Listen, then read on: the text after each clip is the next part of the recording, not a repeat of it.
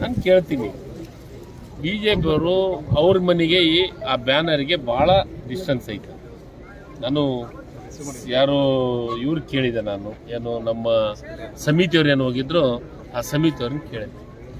ಕಾರ್ಯಕ್ರಮ ಆಗೋತ್ನೇ ಬ್ಯಾನರ್ ಕಟ್ಟೋದು ಸಹಜ. ವಾಲ್ಮೀಕಿ ಅವರು ಬ್ಯಾನರ್ ಕಟ್ಟಿದ್ರೆ ಬಿಜೆಪಿ ಇಲ್ಲ.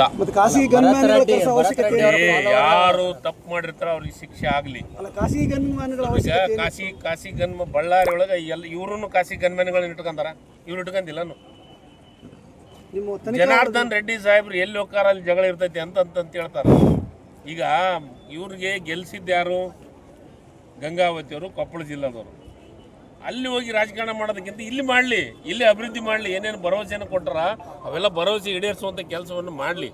ಅದು ಹೇಳ್ತೀನಿ ನಾನು. ಅಭಿವೃದ್ಧಿಗೆ ರಾಜ್ಯ ಸರ್ಕಾರ ಹಣ ನೀಡವಲ್ತು ಅಂತ ಯಾಕೆ ಇವು ಏನೇನು ಸರ್ಕಾರ ಕೊಡ್ಲನ್ನು ಸ್ವಂತ ಸ್ಟೇಡಿಯಂ ಕಟ್ಟಿಸ್ತೀನಿ ಅಂತಿದ್ದು ರೆಕಾರ್ಡಿಂಗ್ ಐತಲ್ಲ, ನಿಮ್ಮ ಹತ್ರ ತೋರಿಸ್ರಿ. ಒಮ್ಮೆ ಡಬಲ್ ಬೆಡ್ರೂಮು ಅವೆಲ್ಲ ತೋರಿಸ್ರಿ, ಅವ್ನ ಜೊತೆ ನೆನಪು ಮಾಡ್ರಿ ನೀವು ಮಾಧ್ಯಮದ ಗೆಳೆಯರು.